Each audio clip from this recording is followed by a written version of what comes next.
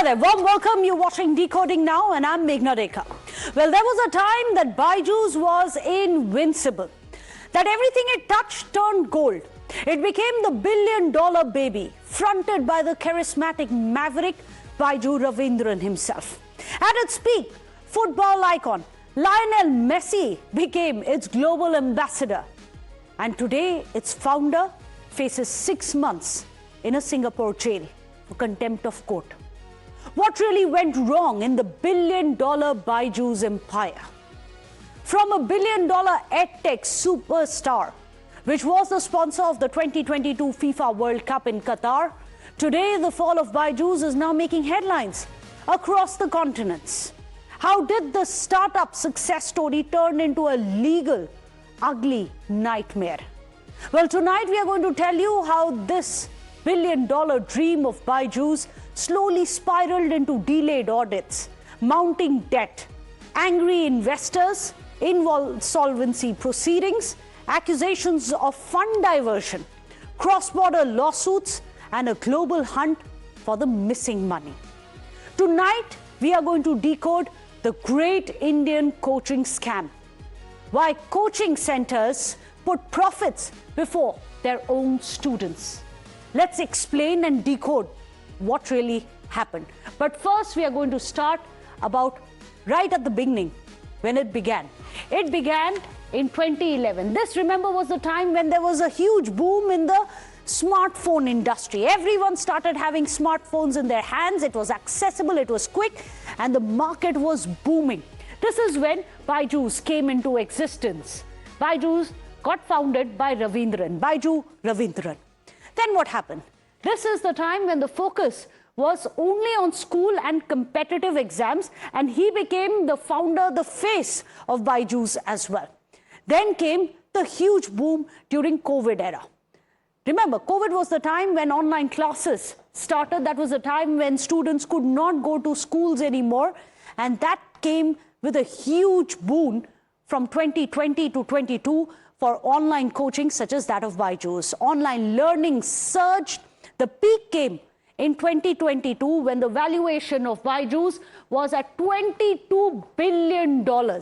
That's what it became worth, $22 billion. The 3 billion acquisitions, that came in 2021. That was one of the biggest expansion plans which was done by Byju Raveendran. He acquired Akash, acquired Epic, acquired Great Learning. All of this got acquired for about $3 billion by Byju's. Then came the global rise, 2022. It wasn't just about acquisitions, it was about visibility, about PR, about hitting the global headlines. And this is when Byju's became the sponsor of the FIFA World Cup in Qatar. And not just that, it got none other than Lionel Messi as the global brand ambassador for Byju's. Imagine a moment such as this when you have none other than the global icon, a football icon such as Lionel Messi being your global brand ambassador. But all of that turned from gold to dust. We are going to tell you how the contract with Messi didn't last long. But how did the downfall begin? Behind this massive rise, warning signs were already building up. Financial pressure, investor disputes, and legal battles began stacking up. Let's get you the breakdown of the fall of Byju's empire. It all began with massive loans that it took, which of course was the rise and the expansion, but also spelled doom in the long run. It began in 2021 when $1.2 billion was raised from lenders who were in US. At the time, it was seen as one of the biggest endorsements of Indian startups. But then the story slightly changed. There were losses being reported. Even the investors were surprised when they saw losses to the tune of 4,588 crore rupees in 2021 was the net loss. Left everyone flabbergasted. What went wrong in the success story? And this is the biggest red flag. What happened was its own auditor red flagged and then resigned. That's right. This happened in 2022-23 when Deloitte resigned as the auditor for Baijus, saying that there was non-communication. It was harder for them to do their job. The lenders started raising accusations that terms and conditions were being openly flouted and violated by Byjus, that there was no transparency when it came to their asset allocation, and also fund diversion was a charge which started coming in. And that's when legal hurdles started rocking Byjus. There were cases which were all across continents, in Delaware, in US, New York, in US, UK as well, and of course in Singapore. The default started in 2024. It started with different contracts that it had. For example, the BCCI dues, those went unpaid in the year 2024. And that was to the tune of 158 to 159 crore rupees of unpaid dues to the PCCI by Baijus. That did not turn out too well. Then there was a collaboration with Messi that I was telling you, the global icon. That ended after 1 year. Why? Because they didn't have the funds to pay him. And this also coincided with the time when there were hundreds of people being laid off from Byju's and millions and billions being paid to Messi. That was yet another deal which didn't go down too well. So what really is the Singapore case against Byju's? That's the question. What really is he sentenced for in 6 months of jail? Well, at the heart of this dispute is the company's foreign lenders. These are the institutions, creditor groups, and this includes Glass Trust, who had backed Byju's during its aggressive global expansion phase. But now, those very lenders are raising serious questions. They claim that after funding the company's expansion, the flow of money was never clearly explained.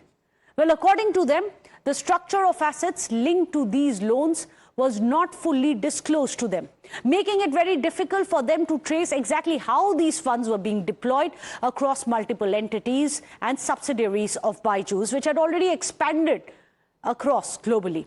As concerns started escalating, Glass Trust and other investor groups started moving courts, triggering formal legal action against Byju's. In the background of this widening dispute, a Qatar investment authority-linked entity also became part of the broader financial and investment network under scrutiny. What followed was a direct intervention from the Singapore court. The court directed the company to fully disclose its assets, disclose its ownership structures, and financial linkages tied to the disputed transactions. However, according to court observations, those directions were not fully complied with by Byju's. They failed to do what the court had asked. And that non-compliance of the Singaporean court is what became the turning point in this case. The Singapore court then found Byju Raveendran in contempt of court, marking a serious escalation in a dispute that began as a funding disagreement. In fact, what happens after that? The court has now ordered that there is going to be a complete escalation of the entire dispute. Take a look at the official directions which are now coming in, issued by the court. The first order is that Raveendran has been sentenced to 6 months of jail term. Second order is that he must surrender before the authorities. He also must pay a fine to the tune of $90,000 in legal costs. He must also submit his ownership documents. So you can see the crackdown has been quite intense. But Byju's has strongly pushed back against all these allegations which is coming in. We must tell you the Byju's defense as well. What is the defense that he's mounted? Well, the defense with Byju's Raveendran has given that this is merely procedural contempt case. This is not any case of fraud per se, which has been established against him. It is merely a contempt of court, not fraud. He's made it very categorical, saying that this is not a case which is related to any fraud and that there is a false and one-sided narrative which is being pushed out, and he has rejected all the charges which is being pushed, he says. Also, he says the reason why he's not actively fighting it legally is because there is settlement which is almost concluded in some of these cases. He's waiting for settlement to happen, which is why there is no active legal fight back coming in from Byju's. This is exactly what Byju's Raveendran has said. But remember, it's not just about Byju's. this crisis is not just limited to one country. It is reflective of a much larger coaching ecosystem in India, which is crumbling from within, pillar after pillar. From financial probes to exam-linked controversies, the sector is currently under pressure. Let's remind you how. For example, remember Fiji. There was an Enforcement Directorate probe on it in 2025. Enforcement Directorate had alleged that Fiji had siphoned off 250 crore rupees, that 15,000 students allegedly were cheated. And there was an Enforcement Directorate probe into Fiji. Then, of course, just recently, remember Pune, Latur and Sikar. Their coaching centers were under the lens of the CBI even as we speak for alleged links in the NEET paper leak, which happened just a few weeks back. Of course, there is Byju's now. We were telling you where the founder now has been found guilty of contempt of court and now faces 6 months in jail, in a Singaporean jail, over insolvency in Singapore. Which is why there are questions being raised. Is this the great Indian education bubble which has been burst? What are the implications of this, not just for Byju's, but for the startup ecosystem, the EdTech ecosystem as well? Let me go across to our panelists. Joining us today on the show, we have Kshitij Agarwal, CEO of Tequila Global. Dr. Jitin Chadha is joining us, the Pro-Chancellor of UDIT. I'm going to come across to Dr. Chadha first. What do you think that this entire Byju's mess that we have seen, how is that going to be reflective about the platforms, the coaching platforms that we've seen in India, one after the other, mired in controversy? Is there a larger malaise which needs action?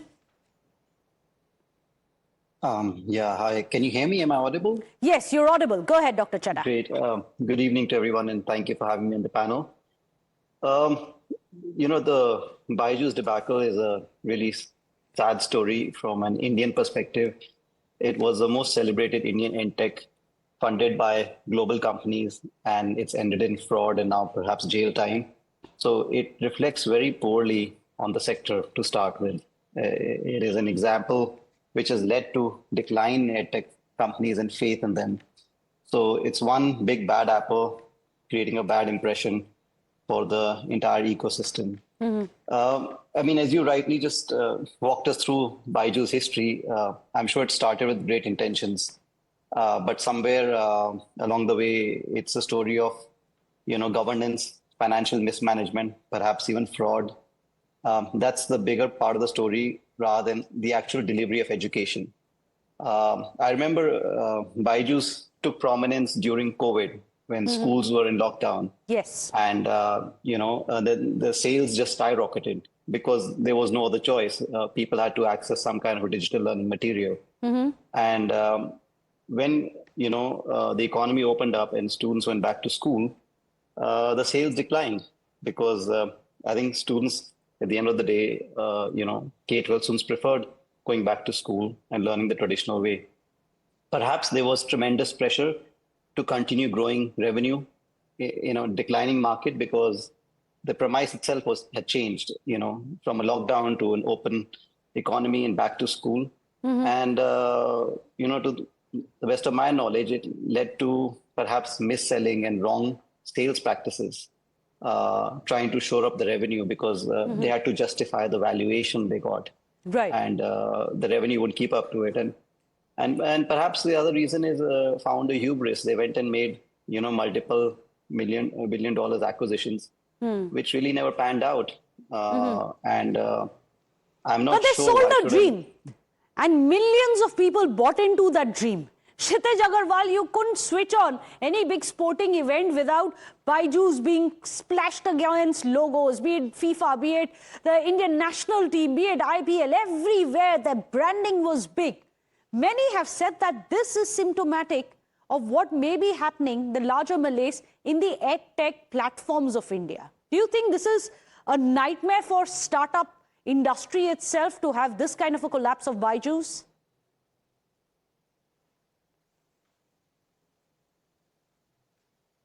Kshitij, I can't hear you. Are you on mute? Can you just check that?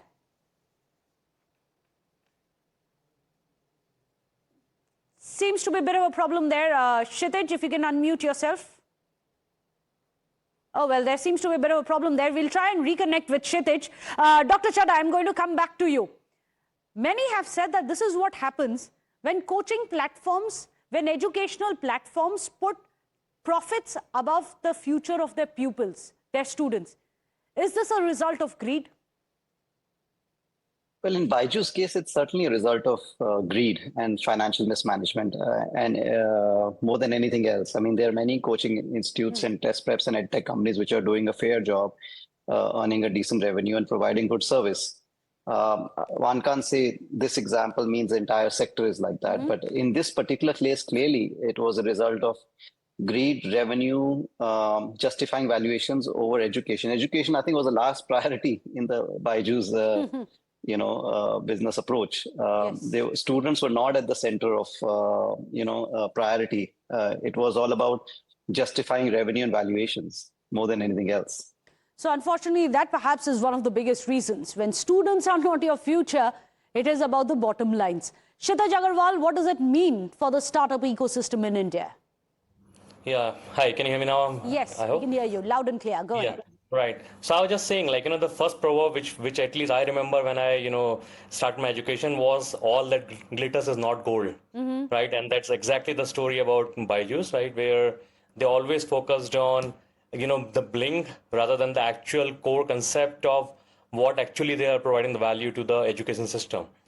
Okay, so like for example, there were a lot of things which they did wrong. For example, their customer acquisition was always, I think, one of the major priority. When I incidentally, I was sharing one of the offices with Byju's, so I've seen their sales team on ground, which had a sales target of just selling the packages to the students, irrespective of whether they are actually adding value to them or not, right? They were trying to put in like a 3 years package for a middle class person.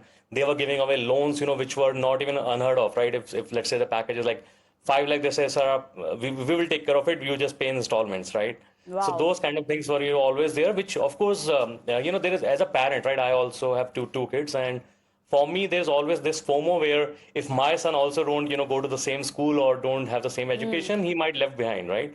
So that Plays I on think the fear psyche as well to shell out money, emotional blackmail of parents.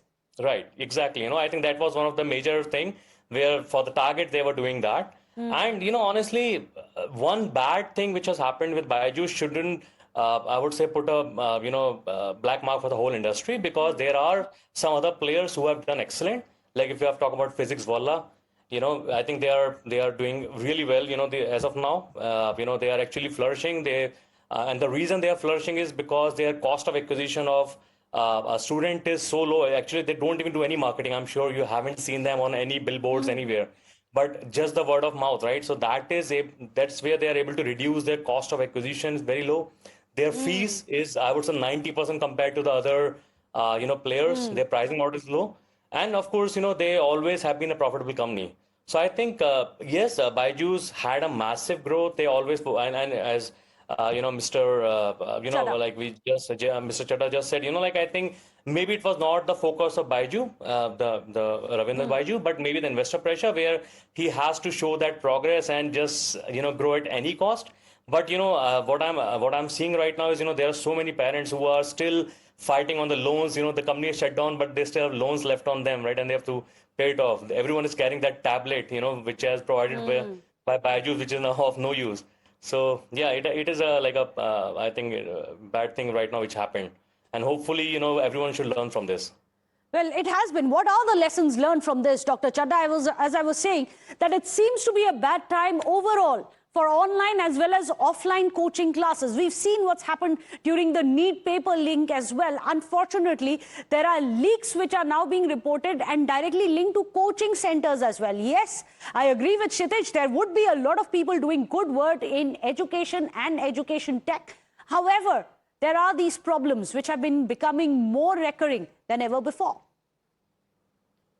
Yeah, I mean, it's really sad what's happened in NEET, because my heart goes out to all the test takers. They work for a year or two to prepare for the exam, and one morning you find out the whole thing was a fraud and have to start all over again. Yes. I mean, the biggest losers in the entire scheme of things are students and their parents and the stress they go through. And it's been happening, every few years, the same thing. But, my view is that that's a symptom. That's not the problem. The problem is, I was just doing some research before coming on the show about NEET exams and medical seats. India has about 130,000 approximately medical seats. Close to 24 lakh students give the NEET exam. That means it's almost a ratio of 1:17 plus to get a medical seat in this country, which is ridiculously high and hard. I mean, we basically have this is a symptom. The problem is we need to have 2x more medical seats. I'm sure we can find, a couple of lakh bright students out of the 23 lakh students who are giving the exam. Plus, we have a bigger problem that India ratio of, medical doctors, there's a WHO ratio that, how many doctors are there per 1,000 people. India's ratio is about 1.06, whereas China is about 2.5 and US is about 3.5. I think we need 2x more doctors. Yeah, I mean, we all know that outside the big cities, getting hold of a medical practitioner is very difficult. So I think the government needs to solve, or the private sector, about creating more seats for medical education. A, because we need more doctors, and B, this artificial shortage of seats is the real problem. Right. You've made a very so there is a larger problem that we must address. Yes, coaching centers, they have their own problems. But why? Why would a $22 billion Baijus collapse in this manner? We are setting our priorities wrong, perhaps, as a nation, when it comes to our education goals and future goals of the nation itself. I believe we can just agree on that. From Messi, no one goes to mounting lawsuits in this manner. And this can only happen when you are putting your profits above the future of your students first. Well, thank you so much, Kshitij Agarwal, for joining us here on the show. Dr. Jitin Chadda, pleasure to have you on the show. Well, hopefully today we've tried our best to try and decode what really is behind the great Indian education scandal.